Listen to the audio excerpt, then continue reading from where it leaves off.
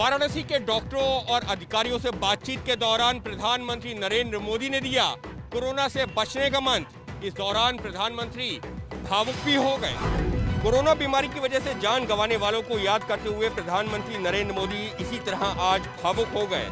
इसके बाद प्रधानमंत्री नरेंद्र मोदी ने वाराणसी में अधिकारियों और डॉक्टरों से बातचीत कर पूरे देश को संदेश दिया।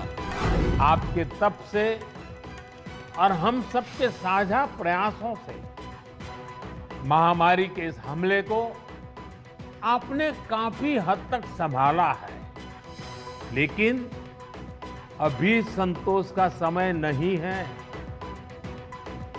हमें अभी एक लंबी लड़ाई लड़नी है। अभी हमें बनारस और पूर्वांचल के ग्रामीण इलाकों पर भी बहुत ध्यान देना है। और अब मंत्र हमारा क्या होगा? हर व्यवस्था के लिए, हर इकाई के लिए नया मंत्र यही है, जहां बीमार वहीं उपचार। प्रधानमंत्री ने कोरोना संकट के दौरान वाराणसी के डॉक्टरों और प्रशासनिक अधिकारियों के द्वारा किए गए काम की जमकर तारीफ भी की। प्रधानमंत्री ने कहा कि पूरे देश को काशी से प्रेरणा मिलेगी। प्रधानमंत्री नरेंद्र मोदी ने भी आज महामारी ब्लैक फंगस के बारे में लोगों को चेताया।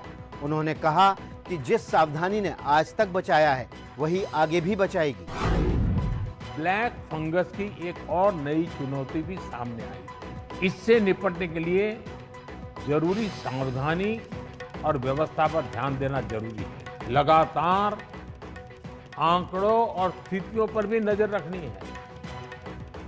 जो अनुभव आपको बनारस में मिले हैं, उनका ज्यादा से ज्यादा लाभ पूरे पूर्वांचल और पूरे प्रदेश को भी मिलना चाहिए। मोदी के अलावा देश के दो बड़े डॉक्टर नरेश त्रेहान और रणदीप गुलेरिया ने भी कहा है, कोरोना के इलाज में बेवजह स्टेरॉइड लेने से बढ़ता है ब्लैक फंगस का खतरा। जिन लोगों में ज्यादा हाई डोज स्टेरॉइड यूज किए गए और वो डायबिटिक थे, उनका इम्यून सिस्टम कम होने की वजह से और शुगर हाई होने की वजह से वो वल्नरेबल हो जाते हैं कि जहां उसको मौका मिलेगा कि वीक बॉडी मिली तो उसके ऊपर अटैक कर सकता है। If you need steroids, make sure they are taken in the right dose and only when they are indicated. Do not misuse steroids when they are not required, and be aware of the possible features which could suggest that you may have mucus, so that you can consult your doctor immediately. वैसे तो black fungus के मामले देश भर में महामारी की तरह बेकाबू लहर की तरह नहीं फैले हैं, लेकिन फिर भी इस बीमारी से मौत की आशंका ज्यादा होती है। इसलिए इस बीमारी से बचाव बहुत जरूरी है। देश के आधा दर्जन राज्यों ने ब्लैक फंगस को महामारी घोषित कर दिया है। कल पंजाब तो आज यूपी की योगी सरकार ने ब्लैक फंगस को महामारी की कैटेगरी में डाल दिया है। ब्लैक फंगस का खतरा दिनों दिन बढ़ता जा रहा है और इसी को देखते हुए राज्य सरकारें अलर्ट हैं। स्वास्थ्य विशेषज्ञों की सलाह लेने के बाद योगी सरकार ने यूपी में इसे महामारी घोषित कर दिया है। ब्लैक फंगस बीमारी को पहचानने के लिए परसों यूपी के डॉक्टरों की ऑनलाइन ट्रेनिंग भी हुई थी। यूपी से पहले पंजाब, राजस्थान, गुजरात, तेलंगाना और तमिलनाडु ने भी इसे महामारी घोषित कर दिया था। ब्लैक फंगस कोरोना मरीजों के साथ डायबिटीज से ग्रसित लोगों को तेजी से अपना शिकार बना रहा है। अगर समय पर इलाज नहीं मिला तो इससे जान का खतरा भी हो सकता है। कई राज्यों में ऐसे मामले आ चुके हैं, लिहाजा सरकारें इस बीमारी को लेकर सतर्क हो गई हैं। सरकार ने ब्लैक फंगस के इलाज में इस्तेमाल होने वाली एम्फोटेरिसिन बी दवा की कमी जल्द पूरा करने का दावा किया है। देश की मौजूदा 6 कंपनियों के अलावा 5 और कंपनियों को इसके उत्पादन करने की अनुमति मिली है। कोरोना की दूसरी लहर में ब्लैक फंगस बीमारी जो नई महामारी बनकर सामने आ रही है, आखिर वो क्या है, आइए आपको बताते हैं। ब्लैक फंगस को डॉक्टर वैज्ञानिक भाषा में म्यूकोमाइकोसिस कहते हैं। जिन लोगों की इम्यूनिटी कमजोर होती है, उन पर ये फंगस जल्दी अटैक करता है। ब्लैक फंगस का संक्रमण आंख और जबड़े पर असर डालता है। फंगस की वजह से सड़न पैदा हो जाती है, जिसे हटाने के लिए सर्जरी के जरिए आंख और जबड़ा निकालना पड़ता है। इसके शिकार वो लोग ज्यादा हो रहे हैं जिनकी इम्यूनिटी कमजोर होती है। डायबिटीज के मरीजों में इसका संक्रमण ज्यादा तेजी से फैल रहा है। कोरोना पीड़ितों में भी ब्लैक फंगस के केस ज्यादा देखने को मिले क्योंकि स्टेरॉइड जैसी दवाओं से शरीर की इम्यूनिटी कमजोर हो जाती है और ब्लैक फंगस का जोर चल जाता है। हालांकि सावधानी और सही समय पर इलाज मिलने से जान बच सकती है। जिस टूलकिट पर मचा है बवाल, उस टूलकिट कांड में नया मोड़। ट्विटर ने संबित पात्रा के ट्वीट को बता दिया मैनिपुलेटेड। 3 दिन पहले बीजेपी प्रवक्ता संबित पात्रा ने प्रेस कॉन्फ्रेंस करके दावा किया था कि पीएम की छवि को खराब करने के लिए कांग्रेस ने टूलकिट तैयार की है। संबित पात्रा ने बकायदा उस कथित टूलकिट को ट्विटर पर शेयर किया था। अब ट्विटर ने उस टूलकिट पर मैनिपुलेटेड मीडिया लिख दिया है। मतलब ये कि जो टूलकिट है उसे तैयार करने में हेराफेरी की गई है। कांग्रेस ने ट्विटर से ट्वीट को लेकर शिकायत भी की थी। अब कांग्रेस पार्टी कह रही है कि संबित पात्रा देश से माफी मांगे। खुद ही अंदाजा लगा दीजिए यदि ट्विटर खुद मान रहा है। मैं समझता हूँ ट्विटर का तो अपना एक बहुत बड़ा रिसर्च है, उनका एक प्लेटफॉर्म है। यदि वो खुद बोल रहे हैं तो इनको शर्म आनी चाहिए, देश से माफी मांगनी चाहिए। कांग्रेस पार्टी कथित टूलकिट को लगातार खारिज कर रही है। छत्तीसगढ़ में संबित पात्रा के खिलाफ उसने एफआईआर भी दर्ज कराई है। मुंबई के नजदीक अरब सागर में बार्ज जहाज हादसे में आपराधिक मामला दर्ज। मुंबई के येलो गेट पुलिस स्टेशन में बार्ज P305 के हादसे में कैप्टन सहित अन्य लोगों के खिलाफ एफआईआर दर्ज। ताउते तूफान की चपेट में आ गया था बार्ज, जिस पर सवार थे 261 कर्मचारी। मुंबई के समंदर में लगातार 5 दिनों से सर्च और रेस्क्यू ऑपरेशन चल रहा है। सोमवार को ताउते तूफान की चपेट में बार्ज P305 नाम का एक जहाज आ गया था, जिस पर 261 लोग सवार थे। अब इस मामले में बार्ज के इंजीनियर मुस्तफिजुर रहमान शेख की शिकायत पर जहाज के कप्तान राकेश वल्लभ और अन्य लोगों के खिलाफ केस दर्ज किया गया है। आरोप है कि मौसम विभाग की चेतावनी के बाद भी राकेश ने बार्ज पर मौजूद कर्मचारियों की सुरक्षा का इंतजाम नहीं किया और फिर ताउते तूफान की चपेट में आकर 50 से ज्यादा कर्मचारी जान गंवा बैठे। समय से राहत नहीं पहुंचती तो और ज्यादा नुकसान हो सकता था। इस हादसे को लेकर राजनीति भी हो रही है। पेट्रोलियम मंत्रालय ने इस हादसे के जांच के लिए हाई लेवल कमेटी बनाई है, तो वहीं विपक्ष पेट्रोलियम मंत्री धर्मेंद्र प्रधान के इस्तीफे की मांग कर रहा है। मुंबई के समंदर में हुए बार्ज हादसे का जिम्मेदार कौन? 45 से ज्यादा लोगों की हुई मौत के लिए अब तक किसी पर कार्रवाई क्यों नहीं? मुंबई के समंदर में सोमवार को चक्रवाती तूफान ताउते की चपेट में आया बार्ज 305। जहाज पर सवार ओएनजीसी के कर्मचारी इसमें फंसे थे। सवाल यह है कि मौसम विभाग के अलर्ट के बाद भी जहाज समुद्र में क्यों था? कर्मचारियों की जिंदगी की जिम्मेदारी जिन लोगों पर थी, उन्होंने लापरवाही बरती। उन लोगों को जान लीजिए। P305 का कप्तान, जिस पर आरोप है कि उसने मजदूरों को आखिरी समय तक झांसे में रखा। दूसरी जिम्मेदारी बनती है डर्मस इंटरप्राइजेस लिमिटेड कंपनी की, जिसका ये बार्ज है। तीसरी जिम्मेदारी एफकॉन कंपनी की है, जिसने ओएनजीसी के लिए इन श्रमिकों को सप्लाई करने का काम किया। और चौथी जिम्मेदारी ओएनजीसी की है, जिसके तेल के कुएं की हिफाजत के लिए सैकड़ों लोग लगे हुए थे। लेकिन जिम्मेदारी लेने की बजाय अब आरोपों का टोपी ट्रांसफर किया जा रहा है। एफकॉन ने अपने बचाव में एक बयान जारी कर कहा है कि बार्ज की सुरक्षा की जिम्मेदारी या तो कप्तान की होती है या बार्ज मालिक की होती है। वो इस हादसे के लिए जिम्मेदार नहीं है। अरब सागर में P305 बार्ज डूबने के मामले में येलो गेट पुलिस स्टेशन में एफआईआर दर्ज किया है। कप्तान को जिम्मेदार बताया है और कप्तान सहित कुछ अन्य लोगों के खिलाफ एफआईआर दर्ज किया है। ये जो P305 बार्ज था, ये डर्मस्ट इंटरप्राइजेस कंपनी का था। हम उस कंपनी की पड़ताल के लिए पहुंचे हैं। मुंबई के विले पार्ले इलाके में एक 4 मंजिला इमारत की दूसरी और तीसरी मंजिल पर इसका दफ्तर है। ये है ओशियन डाइविंग सेंटर लिमिटेड। इसी कंपनी के अंतर्गत डर्मस्ट इंटरप्राइजेस लिमिटेड कंपनी चलती थी, जो नाइक परिवार चलाता था। और इसी कंपनी का बार्ज था P305 यानी पापा 305। यही बार्ज जो चक्रवाती तूफान ताउते का शिकार हो गया और इसमें सैकड़ों लोगों की जिंदगी पर बनाई। यहाँ तीसरी मंजिल पर भी इस कंपनी का एक दफ्तर है, यहाँ से भी कामकाज किया जाता था। ताउते तूफान की वजह से हुए नुकसान का जायजा लेने के लिए सीएम उद्धव ठाकरे निकले महाराष्ट्र के दौरे पर। रत्नागिरी एयरपोर्ट पर ही की अधिकारियों से मीटिंग। महाराष्ट्र के सीएम उद्धव ठाकरे सुबह सुबह ताउते तूफान से हुए नुकसान का जायजा लेने के लिए रत्नागिरी पहुंचे। एयरपोर्ट पर ही अफसरों के साथ मीटिंग की और नुकसान की जानकारी ली। महाराष्ट्र के कोंकण इलाके में ताउते तूफान की वजह से काफी नुकसान हुआ है। मुख्यमंत्री ने कहा कि पंचनामा खत्म होने के बाद मुआवजे का ऐलान किया जाएगा। राज्य को केंद्र से मदद के सवाल पर उद्धव ने कहा कि उन्हें विश्वास है प्रधानमंत्री महाराष्ट्र की मदद जरूर करेंगे। पीएम ने परसों गुजरात का दौरा किया था और 1000 करोड़ का पैकेज दिया था।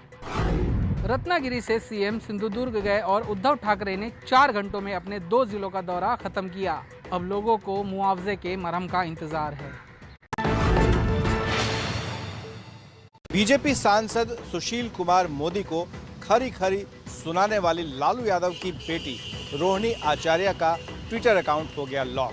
सुशील मोदी ने इसकी की थी शिकायत। आज के बाद से मेरा या मेरी बहनों का नाम लिया ना ये लीचड़ सुशील मोदी तो मुंह थूर देंगे आकर। भाग यहाँ से राजस्थानी मेढक। सुशील मोदी थित्थर है, सुधरेगा नहीं जब तक बिहार की बेटियों से थुराएगा नहीं। ट्विटर पर ऐसे ही बयानों की वजह से लालू यादव की बेटी रोहिणी आचार्य का ट्विटर अकाउंट अब लॉक हो गया है। सुशील मोदी की शिकायत के बाद ट्विटर ने एक्शन लिया। गौरतलब है कि पटना में तेजस्वी यादव ने अपने सरकारी आवास पर कोविड सेंटर खोला है, जिसको लेकर सुशील मोदी ने तेजस्वी और उनकी डॉक्टर बहनों पर सवाल उठाए थे और तभी गुस्से में रोहिणी ने भाषा की मर्यादा तोड़ दी थी। अब तक तेजस्वी यादव और सुशील मोदी के बीच में जुबानी जंग छिड़ी रहती थी, लेकिन रोहिणी आचार्य की सियासी एंट्री ने राजनीति का पारा और चढ़ा दिया। मास्क नहीं पहनने पर महिला के साथ मारपीट, वीडियो वायरल होने पर हुई कार्रवाई, 2 पुलिस वाले सस्पेंड। पिटाई का ये वायरल हो रहा वीडियो मध्य प्रदेश के सागर का है।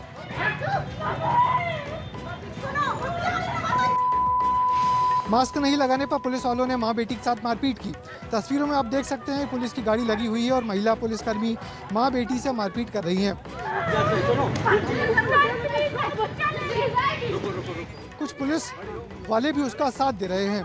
घटना सोमवार की है। वीडियो वायरल होने के बाद सागर के एसपी ने कार्रवाई करते हुए एएसआई एसएन तिवारी और महिला कांस्टेबल अर्चना डीमा को सस्पेंड कर दिया है। 2 कर्मचारियों, एक महिला रक्षक और एक सहायक उप निरीक्षक, उनको निलंबित करके जो है रक्षक केंद्र में पदस्थ किया गया है। उसके बाद उसमें एक जांच आदेशित की गई है और जांच के बाद स्थिति स्पष्ट होगी। पुलिस वालों ने महिला और उसकी बेटी के खिलाफ शासकीय काम में बाधा डालने का आरोप लगाकर सोमवार को जेल भेज दिया था। हालांकि बाद में एसपी ने इस पूरे मामले के जांच के आदेश दिए हैं। उधर मानवाधिकार आयोग ने भी इस मामले में संज्ञान लेकर रिपोर्ट पेश करने को कहा है। खान चाचा रेस्टोरेंट वाले नवनीत कालरा के ऑक्सीजन कॉन्सेंट्रेटर कालाबाजारी केस में आज प्रवर्तन निदेशालय की टीम ने जांच तेज की। दिल्ली की खान मार्केट में ये प्रवर्तन निदेशालय के अधिकारी पहुंचे हैं। यहाँ टीम ने कई जगह छापेमारी की है। इस ठिकाने समेत कई और जगह से नवनीत कालरा से जुड़े केसों में 500 से ज्यादा ऑक्सीजन कॉन्सेंट्रेटर जब्त किए गए थे। एक बड़ी खेप विदेश से मंगाकर यहाँ महंगे दामों में बेची गई थी। प्रवर्तन निदेशालय की टीम इस मामले में मनी लॉन्ड्रिंग के आरोपों की जांच कर रही है। आरोपी नवनीत कालरा पहले ही गिरफ्तार हो चुका है और वो फिलहाल पुलिस की रिमांड में इस केस से जुड़े पुलिस के सवालों का जवाब दे रहा है।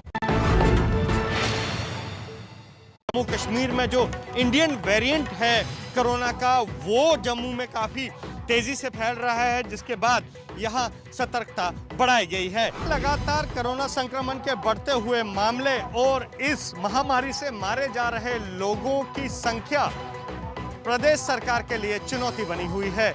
जम्मू की अगर बात करें तो जम्मू में महामारी लगातार फैल रही है और न केवल शहर में बल्कि गांव में भी यह महामारी तेजी से पांव पसार रही है, जिसके खिलाफ अब पुलिस और प्रशासन ने एक व्यापक अभियान छेड़ा है। जम्मू प्रशासन ने एक सर्वे भी कराया है, जिस सर्वे में ये बात सामने आई है कि जम्मू में जो गांव हैं, गांव के लोग जल्दी अपना टेस्ट नहीं करवा रहे हैं और जो गांव से जो मरीज अस्पताल पहुंच रहे हैं, कोरोना संक्रमित मरीज अस्पताल पहुंच रहे हैं, वो काफ़ी देरी से पहुंच रहे हैं। पिछले 2 हफ्तों में डेथ्स का जो परसेंटेज है काफ़ी हाई रहा है। उसका एक कारण ये देखा गया है कि जो लोगों की जो रिपोर्टिंग है हॉस्पिटल्स में काफ़ी लेट हो रही है। तकरीबन 30 to 40% जो डेथ्स हमने देखने को मिली हैं पिछले कुछ दिनों में, उसमें लोग लेस देन 48 आवर्स के अंदर हॉस्पिटल के अंदर पहुंचने के बाद अनफॉर्चुनेटली उनकी डेथ हुई है, विच मीन्स लोगों के जो रिपोर्टिंग है वो काफ़ी लेट हो रही है अस्पतालों में। पूर्व प्रधानमंत्री राजीव गांधी की पुण्यतिथि के अवसर पर देश भर में कांग्रेस पार्टी सहायता अभियान चला रही है। चूंकि महामारी का वक्त है, ऐसे में कांग्रेस पार्टी का फोकस है महामारी के बीच उन लोगों की मदद करना, उन लोगों तक मदद पहुंचाना जो कोरोना से पीड़ित हैं। और आप देख सकते हैं तस्वीरों में दिल्ली कांग्रेस दफ्तर की ये तस्वीरें हैं। बड़ी संख्या में यहाँ पर राहत सामग्री, चाहे वो ऑक्सीजन कॉन्सेंट्रेटर हो या फिर भाप लेने की मशीन हो, मास्क हो, दवाइयाँ हो, राशन किट हो, ये तमाम चीज़ें यहाँ पर रखी हैं जो कि वितरित की जानी है, बांटी जानी है। बीजेपी का आरोप है कि ये सब कुछ आप लोग प्रचार अभियान के लिए करते हैं और मदद करते ही इसीलिए ताकि सोशल मीडिया पे आप लोग अपना प्रचार कर सकें और टूल किट विवाद जो है सारा हम अपना काम कर रहे हैं। ये जो टूल किट का नया विवाद लेकर के इस विषय से भटकाना चाह रहे हैं तो माफ़ करिएगा, हमारा टूल किट हमारे हाथ में है और ये हमारा इतिहास है, हम लोगों की सेवा करते हैं। महामारी के बीच खुद राहुल गांधी ने कांग्रेस के नेताओं और कार्यकर्ताओं से अपील की थी कि इस वक्त में तमाम राजनीति छोड़ दें, लोगों की मदद करें। पंजाब के मोगा में भारतीय वायुसेना का विमान दुर्घटनाग्रस्त। रात के समय रूटीन प्रैक्टिस के वक्त हुआ हादसा, पायलट की मौत। रात के अंधेरे में धू-धू कर चलता ये है वायुसेना का MiG-21 विमान। कल रात पंजाब के मोगा में ये हादसा हुआ जिसमें विमान के पायलट स्क्वाड्रन लीडर अभिनव चौधरी की मौत हो गई। विमान ने राजस्थान के सूरतगढ़ एयरवेज से उड़ान भरी थी। प्लेन प्रैक्टिस के बाद वापस जा रहा था। उसी दौरान पंजाब के लंगियाना गांव के पास खेत में प्लेन गिरा। कई घंटों की खोज के बाद पायलट का शव भी हादसे की जगह से 2 किलोमीटर दूर खेत में पड़ा मिला। घटना की जांच के लिए कोर्ट ऑफ इंक्वायरी के आदेश दे दिए गए हैं। वायुसेना ने हादसे के बाद ट्वीट करके पीड़ित परिवार के साथ खड़े होने की बात कही है। MiG-21 के क्रैश होने का ये कोई पहला मामला नहीं है। इसी साल MiG-21 के 3 हादसे हो चुके हैं। उत्तराखंड में मौसम की मार के बीच फंसे लोगों को बचाने का रेस्क्यू ऑपरेशन जारी। तेज बारिश के बाद पहाड़ी रास्तों पर चल रहा है सैलाब का दौर। नीचे पानी की गरजती लहरें हैं और ऊपर रस्सी पर जिंदगी की डोर को बचाया जा रहा है। तस्वीरें हैं उत्तराखंड के लामबगड़ की और जिन लोगों को बचाया जा रहा है वो जैन मुनि हैं। लामबगड़ में 2 दिन से तेज बारिश के बाद जैसे आफत आ गई। पहाड़ों पर जगह जगह नदी नाले उफान पर आ गए। उन्हीं रास्तों में जैन मुनि फंसे थे। इससे पहले कल उत्तराखंड के टिहरी चमोली गंगोत्री हाईवे पर जगह जगह हादसे और लैंडस्लाइड हुआ था। ताउते तूफान की वजह से कई राज्यों में तबाही होकर गुजरी है। अब उत्तराखंड में मौसम की मार ने मुश्किलें और ज्यादा बढ़ा दी हैं। यूपी में हुई बेमौसम बारिश की वजह से कई जिलों में सरकारी गोदाम में अनाज की बोरियां भीग गई हैं। अनाज की इस बर्बादी पर अब सवाल उठने लगे हैं। बेमौसम बारिश हुई और यूपी के शामली में सरकारी बोरियों में रखा ये गेहूं बर्बाद हो गया। यूपी के फतेहपुर से भी ऐसी तस्वीरें सामने आई। यहाँ किसानों से लिया गेहूं खुले में रखा हुआ था और बारिश की भेंट चढ़ गया। अमरोहा में भी अधिकारियों की लापरवाही की वजह से 1500 क्विंटल गेहूं पानी में भीग गया। इटावा और अलीगढ़ से भी बेमौसम बरसात में अनाज के बर्बाद होने की तस्वीरें सामने आई। माना कि ये बारिश बेमौसम थी, लेकिन क्या प्रशासन को पहले से इंतजाम करके नहीं रखने थे? क्योंकि अनाज की जो बर्बादी है ये बर्दाश्त करने लायक नहीं है। 26 जनवरी को दिल्ली में हुई हिंसा मामले में चार्जशीट दायर। दिल्ली पुलिस की क्राइम ब्रांच ने दायर की चार्जशीट। किसान आंदोलन के दौरान दिल्ली में हुआ था बवाल। दिल्ली हिंसा की इन तस्वीरों को आप भूले नहीं होंगे। 26 जनवरी को जब देश गणतंत्र दिवस का जश्न मना रहा था, उस दिन लाल किला सहित दिल्ली के कई इलाकों में बवाल हुआ था। उस बवाल में सैकड़ों पुलिस वाले भी जख्मी हुए थे। दिल्ली पुलिस ने हिंसा को लेकर दिल्ली के 30 हजारी कोर्ट में 17 मई को चार्जशीट दायर की। इस चार्जशीट में दिल्ली पुलिस ने पंजाबी कलाकार दीप सिद्धू सहित 16 लोगों को आरोपी बनाया है। दीप सिद्धू पर हिंसा करने वालों को उकसाने का आरोप है।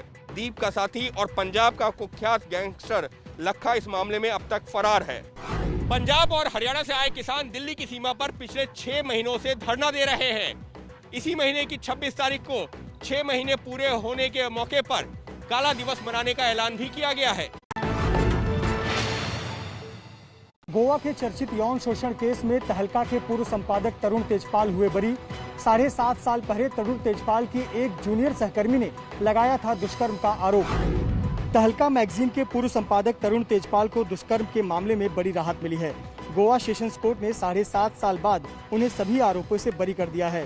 तरुण तेजपाल पर तहलका मैगजीन की एक महिला कर्मचारी ने गोवा के ग्रैंड हयात होटल की लिफ्ट में यौन शोषण करने का आरोप लगाया था। Great victory for everybody, especially to the advocate Rajiv Gomes, his associates, and Tarun Tejpal also.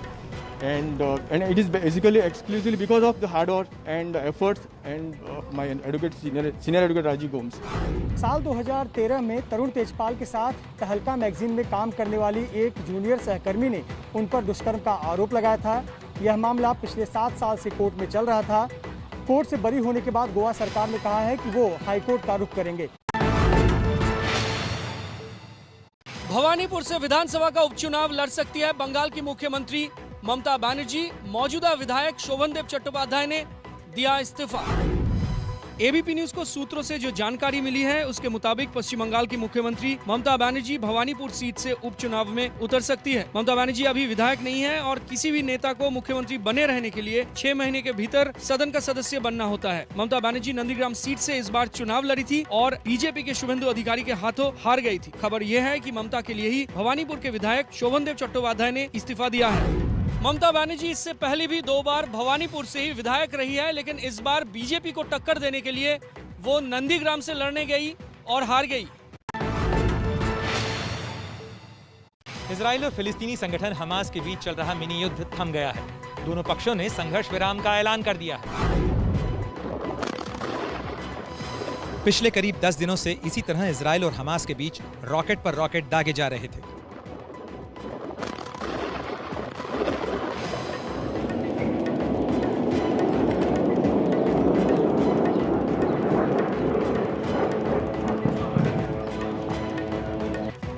लेकिन अब एक अच्छी खबर आई। इजराइल और हमास दोनों ने जंग रोकने का ऐलान किया है। इजराइल की सरकार ने सीज फायर की पुष्टि कर दी है। हालांकि देखिए ये तस्वीर। इस सीज फायर को फिलिस्तीनी संगठन अपनी जीत बता रहा है। गाजा की सड़कों पर रात से ही ऐसे जश्न शुरू हो गए हैं।